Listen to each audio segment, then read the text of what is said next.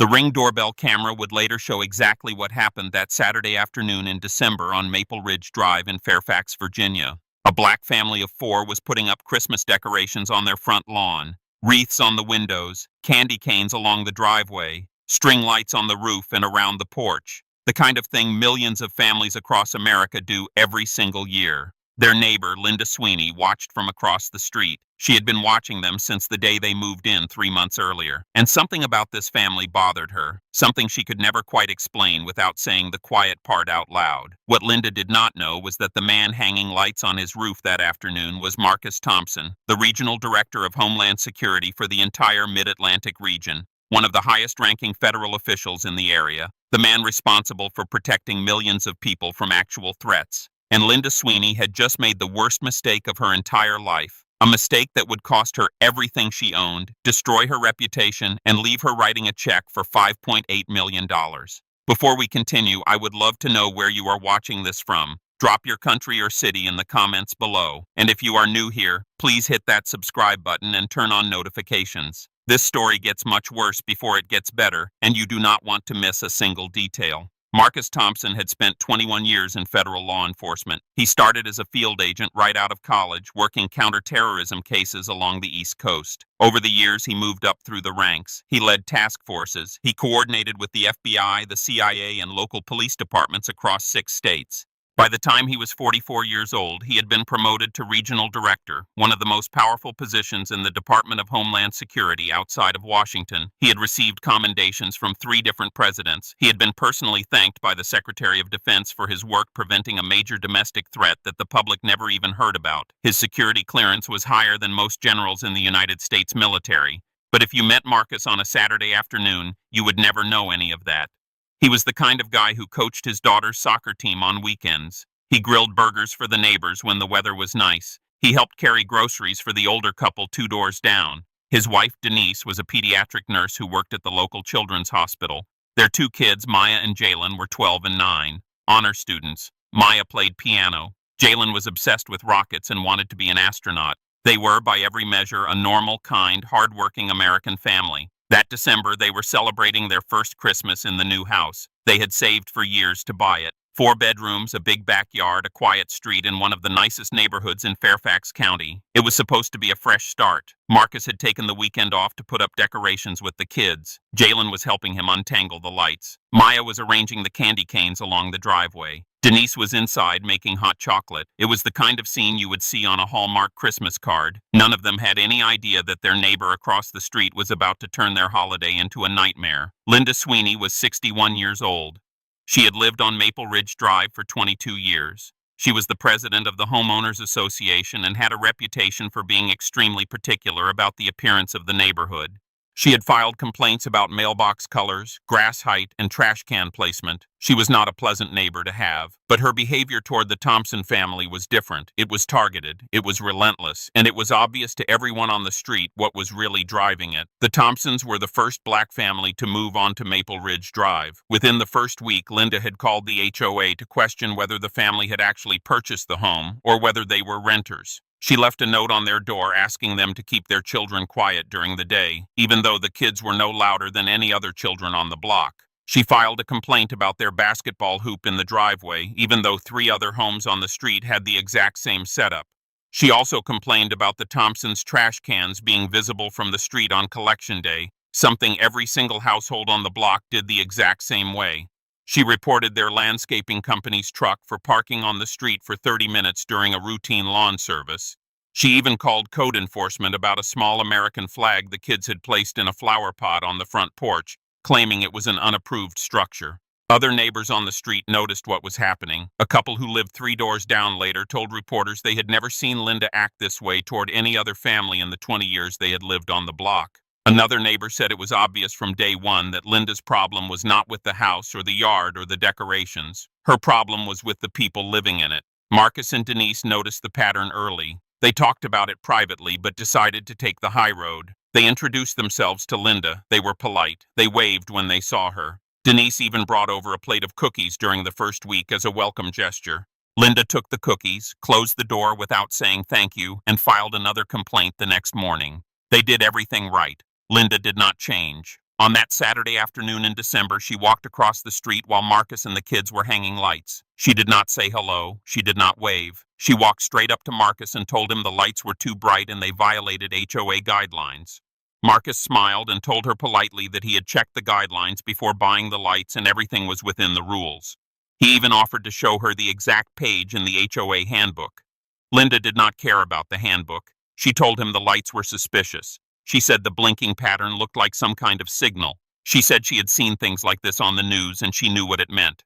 Marcus stared at her for a moment. He had spent his entire career identifying real threats to national security. He knew what actual suspicious activity looked like. And Christmas lights on a house in suburban Virginia were not it.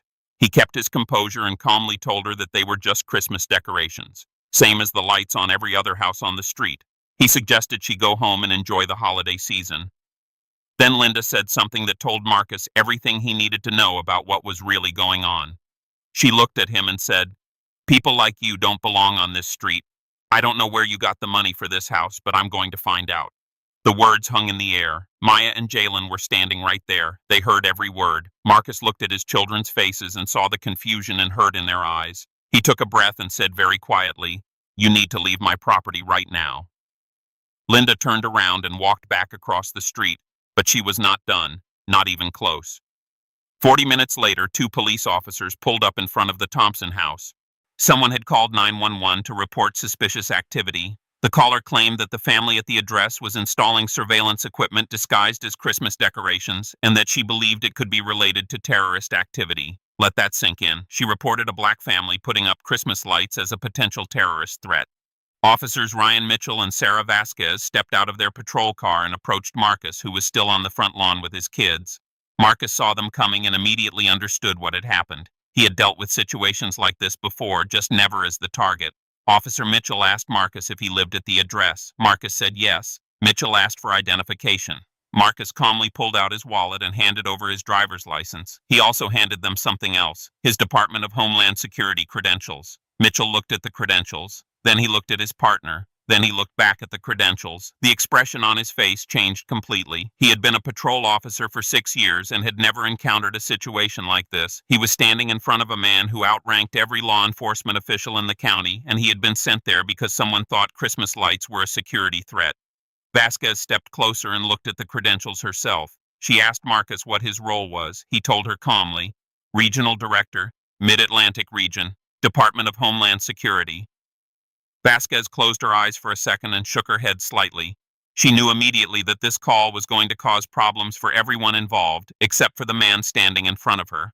Maya and Jalen were sitting on the front steps watching the whole thing. Maya had tears in her eyes. She did not fully understand everything that was happening, but she understood enough. She knew the police were there because of them. She knew the neighbor had called them, and she knew it was not fair. Jalen was holding a string of lights in his lap, frozen, afraid to move. Marcus looked at his kids and felt a wave of anger that he had to push deep down inside. He could not afford to lose his composure. Not here, not now, but here is where it gets worse. While the officers were talking to Marcus on the front lawn, Linda came back outside. She walked across the street with her phone out, recording everything. She started yelling that the officers needed to search the house. She said she had evidence that the family was involved in illegal activity. She demanded to know why they were not being arrested. Officer Vasquez calmly told Linda to step back and let them handle the situation. Linda refused. She said she was a taxpayer and she had the right to be there. She kept recording and kept yelling. Type Christmas in the comments if you think Linda should have just minded her own business. Then Linda made her next massive mistake. She grabbed Officer Vasquez's arm and tried to point her toward the Thompson house, telling her to look at the lights more closely. Vasquez pulled her arm away and told Linda that touching a police officer was a crime. Linda ignored the warning. Meanwhile, Marcus's Ring doorbell camera was recording everything. The camera on the front porch captured Linda's approach, her yelling, her grabbing the officer, and every single word she said. Denise, watching from inside, had also started recording on her phone through the living room window. 3 other neighbors had come outside to see what all the noise was about. 2 of them started recording on their phones as well. Linda was being filmed from 5 different angles, and she had no idea how badly this was going to end for her. Officer Mitchell walked over to Linda and told her directly that the homeowner had been fully identified, that he was a federal official, and that there was absolutely nothing suspicious about Christmas decorations. He told her the call to 911 was unfounded and that filing a false report was a crime. Linda's face went red, but instead of backing down, she doubled down. She said she did not care who he was. She said she knew what she saw. She said the neighborhood was going downhill since certain people moved in. This was her third massive mistake, and the consequences were about to be devastating. Linda was not finished. Over the next 2 weeks, she filed 4 more complaints. She called the police 3 separate times about the Thompson family. She called animal control claiming their dog was dangerous, even though the Thompsons did not own a dog. She sent letters to the HOA demanding the family be fined for every decoration on their property. She also went on the neighborhood Facebook group and posted photos of the Thompson house with comments suggesting the family was suspicious and did not belong in the neighborhood. Several neighbors pushed back immediately, but Linda kept posting. One of her posts included the sentence, "Am I the only one who thinks it's strange that they can afford a house on this street?" Another post said, "I have lived here for over 2 decades and never had any problems until now. Draw your own conclusions." A third post included a photo of Marcus's car parked in his own driveway with the caption, "Has anyone else noticed the vehicles coming and going at all hours? What exactly is going on over there?" The car in the photo was a standard government-issued sedan. Marcus drove it home from work every day. There was nothing unusual about it. Several neighbors responded to Linda's posts publicly, telling her to stop. One woman wrote that the Thompsons were wonderful neighbors and that Linda was embarrassing the entire street. A man who had lived on the block for 15 years wrote that he had never seen such targeted harassment in his life and that Linda should be ashamed of herself. But Linda did not stop. She deleted the critical comments and kept posting. That post about affording the house would become Exhibit A in the lawsuit. The deleted comments would become Exhibit B because several neighbors had taken screenshots before Linda removed them. Marcus documented everything, every call, every complaint, every post, every interaction. He saved screenshots. He kept a timeline. He had his security system footage backed up to the cloud. He was not just a Homeland Security director. He was a man who knew exactly how to build an airtight case. Denise spoke to a civil rights attorney the week after the first police call. The attorney reviewed the evidence and told them they had one of the clearest cases of racially motivated harassment she had ever seen. What do you think Linda was thinking when she made all these calls? Do you think she actually believed she was right, or did she know exactly what she was doing? Drop your thoughts in the comments. The final straw came on Christmas Eve. Linda called the police again, this time claiming she heard loud noises coming from the Thompson house that sounded like explosions. The Thompsons were popping Christmas crackers with their kids at the dinner table. They had just finished opening one present each, a tradition Denise's family had done since she was a little girl. The kids were laughing. Marcus was taking pictures. It was the most normal Christmas Eve scene you could imagine. 2 officers arrived and quickly realized it was another false report. The family was sitting around a dinner table covered in wrapping paper and Christmas crackers. There were no explosions. There was no danger. There was nothing except a family trying to enjoy their holiday in peace. But this time, something was different. The responding officer was the same Officer Mitchell from the first call. He remembered the family, he remembered the federal credentials, and he was tired of being weaponized as a harassment tool. He apologized to Marcus and Denise personally. He told them he was sorry they had to deal with this, especially on Christmas Eve, especially in front of their children. Mitchell filed an official report documenting the pattern of false emergency calls from Linda Sweeney against the Thompson family. He included a personal note recommending the prosecutor review the case for potential charges. That report would become a key piece of evidence in everything that followed. In January, the Thompson family filed a civil lawsuit against Linda Sweeney. The charges were severe: racial harassment, filing false police reports, intentional infliction of emotional distress, civil rights violations, and defamation. The lawsuit was 53 pages long. It included screenshots of every Facebook post, transcripts of every 911 call, footage from the Ring camera and the neighbors' phones, Officer Mitchell's official report documenting the pattern, statements from 8 neighbors who had witnessed Linda's behavior toward the family. When Linda received the lawsuit papers, she was stunned. She called her attorney. Her attorney reviewed the evidence and told her something she did not want to hear. The case against her was overwhelming, and she was almost certainly going to lose. Linda's attorney later admitted in a deposition that when he saw the sheer volume of documented evidence, his first thought was that this was the strongest harassment case he had seen in 30 years of practice. The local news picked up the story within days. A reporter obtained the 911 call recordings through a public records request. Listening to them back to back was damning. In every call, Linda's language was coded but obvious. She never used a racial slur directly, but the meaning behind every word was crystal clear. The story went viral within a week. The headline was everywhere: Homeland Security Director's family harassed by neighbor over Christmas lights. The internet did what the internet does. People found Linda's Facebook profile. They found her HOA complaints. They found her history, and what they found made everything worse for her. Linda had a long history of targeting minority families in previous neighborhoods she had lived in. Two other families in two different states had dealt with similar behavior from her. Neither of them had the resources or knowledge to fight back. This time was different. This time she had picked the wrong family. One of the previous victims, the Hispanic couple from Maryland, gave an emotional interview on local television. The wife described how Linda had once called the fire department claiming she smelled gas coming from their home. The fire department came, found nothing, and told the couple it appeared to be a false report. They said they lived in fear for 2 years before finally moving away. They never reported Linda because they did not think anyone would believe them. Watching the Thompson story on the news was the first time they realized they were not alone. The videos and 911 recordings spread like wildfire across social media. By the end of the first week, the story had been covered by every major news network in the country. The footage from the Ring camera was played on national television. Millions of people watched Linda Sweeney yell at a family for putting up Christmas decorations. The public reaction was fierce. People were furious, not just because of what Linda did, but because everyone recognized the pattern. They had seen it before. A black family doing something completely normal, and a white neighbor deciding that their mere presence was a threat.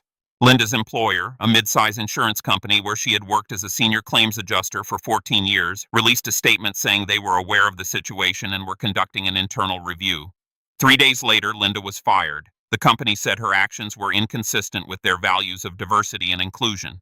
The HOA held an emergency meeting. 16 out of 20 homeowners on Maple Ridge Drive signed a letter expressing support for the Thompson family and condemning Linda's behavior. Linda was removed as HOA president by unanimous vote. The one person who did not sign the letter was Linda herself. Type karma in the comments if you think Linda got exactly what she deserved. The criminal side moved quickly too. The county prosecutor reviewed Officer Mitchell's report and the 6 separate false police reports Linda had filed. She was charged with 6 counts of filing false emergency reports and 1 count of misdemeanor assault for grabbing Officer Vasquez. Linda's world was falling apart. She had lost her job. She had lost her standing in the community. She was facing criminal charges, and the civil lawsuit had not even gone to trial yet. More people started coming forward. The 2 families from Linda's previous neighborhoods contacted the Thompsons' attorney. They shared their own stories of harassment. One family, a Hispanic couple in Maryland, said Linda had called the police on them 11 times in 2 years over things like the color of their front door and the smell of their cooking. The other family, a South Asian couple in Delaware, said Linda had filed HOA complaints about them almost weekly until they finally moved away. The pattern was undeniable. This was not a misunderstanding. This was not a one-time overreaction. Linda Sweeney had spent years targeting families of color wherever she lived. The Thompson family was just the first one that fought back. Marcus gave one interview to a national news outlet. He was calm and measured, exactly the kind of composure you would expect from someone who spent 2 decades handling high-pressure situations for the federal government. He said he did not want to be the face of a movement. He just wanted to put up Christmas lights with his kids without being treated like a criminal. He talked about what it felt like to watch his children witness the whole thing. He said the hardest part was not the police showing up. The hardest part was his 9-year-old son asking him later that night why the neighbor lady hated them. He said no parent should ever have to answer that question. Denise spoke briefly to a local reporter. She said she had spent her entire career taking care of other people's children at the hospital. She said all she wanted was for her own children to feel safe in their own front yard. That quote was shared hundreds of thousands of times on social media. The interview resonated because neither Marcus nor Denise performed outrage. They did not demand revenge. They simply told the truth about what happened and what it did to their family. That quiet dignity made the story even more powerful. The criminal trial came first. Linda's attorney tried to argue that she was simply a concerned citizen who cared about neighborhood safety. That argument fell apart the moment prosecutors played the 911 recordings side by side. 6 calls, all about the same family, none based on any actual evidence of wrongdoing. The Christmas lights, the non-existent dog, the Christmas crackers she called explosions. The jury did not need long. After 3 hours of deliberation, Linda was found guilty on 5 of the 6 false report charges and guilty on the assault charge. She was sentenced to 18 months of probation, 200 hours of community service, a $5,000 fine, and mandatory completion of a racial sensitivity and bias awareness program. Linda showed no emotion when the verdict was read. But her attorney later said she broke down in tears in the hallway outside the courtroom. The reality of what she had done to herself was finally starting to sink in, but the worst was still ahead of her. If you have made it this far, you are the kind of person who cares about justice. Make sure you are subscribed so you never miss stories like this one. Share it with someone who needs to see it. But the criminal case was just the beginning. The civil trial was where the real consequences hit. The Thompson family's legal team presented a devastating case. They showed the documented pattern of harassment across 3 states. They played the Ring camera footage in full. They read Linda's Facebook posts out loud in court. They brought in the 2 previous families who testified about their own experiences with Linda. They brought in an expert on housing discrimination who testified that Linda's behavior fit a textbook pattern of racially motivated neighborhood harassment designed to force minority families out of predominantly white areas. Linda's defense tried everything. They argued the complaints were based on legitimate concerns. The video evidence destroyed that argument. They claimed Linda did not know Marcus was a federal official. The court ruled that his job title was irrelevant because no one, regardless of their profession, should be subjected to racial harassment. They tried to argue the emotional distress claims were exaggerated. Then Denise took the stand and described how Maya had started having nightmares after hearing Linda say "you people," and how Jalen asked his parents why the neighbor hated them. The courtroom was completely silent when Denise described finding Maya crying in her bedroom one night because she was afraid to go outside and play. Denise said her daughter, a 12-year-old girl who used to love riding her bike around the neighborhood, had stopped leaving the house unless she absolutely had to. She was terrified of seeing Linda. Several jurors were visibly emotional during that testimony. Marcus also took the stand. He spoke about the irony of spending his entire career protecting Americans from real threats, only to have his own family terrorized by a neighbor who saw danger in Christmas lights. He said the worst part was not what Linda did to him, it was what she did to his children. He said his kids learned a lesson that December that no child should have to learn, that some people will never see past the color of your skin, no matter who you are or what you have accomplished. The jury deliberated for 5 hours. They awarded the Thompson family $5.8 million, $1.2 million for racial harassment and civil rights violations, $1.5 million for emotional distress suffered by Marcus, Denise, and the children, $800,000 for defamation, and $2.3 million in punitive damages designed to send a message that this kind of behavior would not be tolerated. $5.8 million. Because Linda Sweeney could not accept a black family putting up Christmas lights on their own house. Linda's life after the verdict was unrecognizable from what it had been before. She lost the civil judgment, which meant she was now personally liable for $5.8 million. Her house was her primary asset, and it had to be sold. The home she had lived in for 22 years, the one she had been so protective of, went on the market to help cover the judgment. She had to liquidate her retirement savings. Her wages would be garnished for years. She could not find new employment. Every potential employer who searched her name found the news articles, the 911 recordings, and the viral videos. She was 61 years old, unemployable, and financially ruined. Her personal relationships collapsed too. Her adult son gave an interview to a local paper where he said he was ashamed of his mother's behavior and that the family had cut ties with her. He said he had tried to talk to her about it privately months earlier, but she refused to listen. He said she genuinely believed she was the victim in the whole situation, and that delusion was something he could no longer be around. Friends stopped returning her calls. She became completely isolated. 2 neighbors on Maple Ridge Drive who had been friendly with Linda for years said they could no longer associate with her. One of them told a reporter that she had known Linda for 18 years and never realized the extent of her prejudice until the Thompson family moved in. She said watching Linda's behavior unfold was like watching a mask come off that she never knew was there. These were not things the Thompson family wished on her, but they were the natural consequences of her choices. The case triggered real change beyond just one neighborhood. Fairfax County updated its policies on how police dispatch handles repeat callers who target the same address. Officers were given new training on recognizing racially motivated false reporting. The county created a fast-track system for victims of serial false police reports to get emergency protective orders. Virginia's state legislature introduced a bill inspired by the case that increased penalties for racially motivated false emergency calls. The bill, which some local media called the Thompson Act, passed with broad bipartisan support. It made filing a false police report motivated by racial bias a felony rather than a misdemeanor. 3 other states began drafting similar legislation within 6 months. Legal experts said the Thompson case had created a new framework for how courts could handle racially motivated harassment by private citizens, not just law enforcement or employers. The Thompson family stayed in their home on Maple Ridge Drive.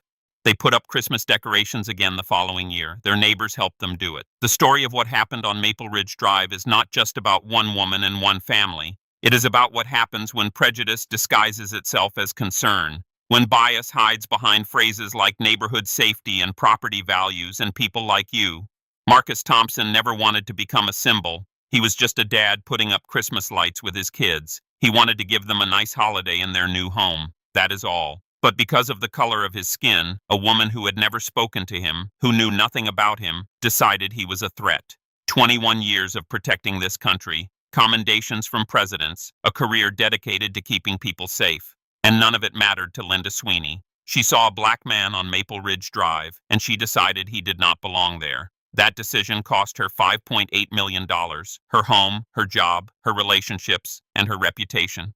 If you ever find yourself in a situation like this, remember what Marcus did. He did not yell. He did not threaten. He did not lose his composure. He documented everything. He saved every piece of evidence. He let the system do its job. And when the time came, the evidence spoke louder than anything he could have said. Document everything. Get witnesses. Know your rights. And never let anyone make you feel like you do not belong in your own home. Linda Sweeney made a choice that December afternoon. She looked across the street and saw a family celebrating Christmas, and instead of seeing joy, she saw a threat. Instead of seeing neighbors, she saw intruders. Instead of minding her own business, she tried to weaponize the police against innocent people. She was wrong, and that mistake cost her everything. Justice is not always this clear or this complete, but when brave people stand their ground and the evidence is solid, justice can come. And that is exactly what happened here. Thank you for watching until the end. If this story made you think, or if it reminded you of something you have seen or experienced, please leave a comment below. Your stories matter too. Make sure you are subscribed and hit that notification bell so you never miss another story. We post new content every week, and the next one might be even more shocking than this one. What was the most shocking part of this story for you? Let me know in the comments.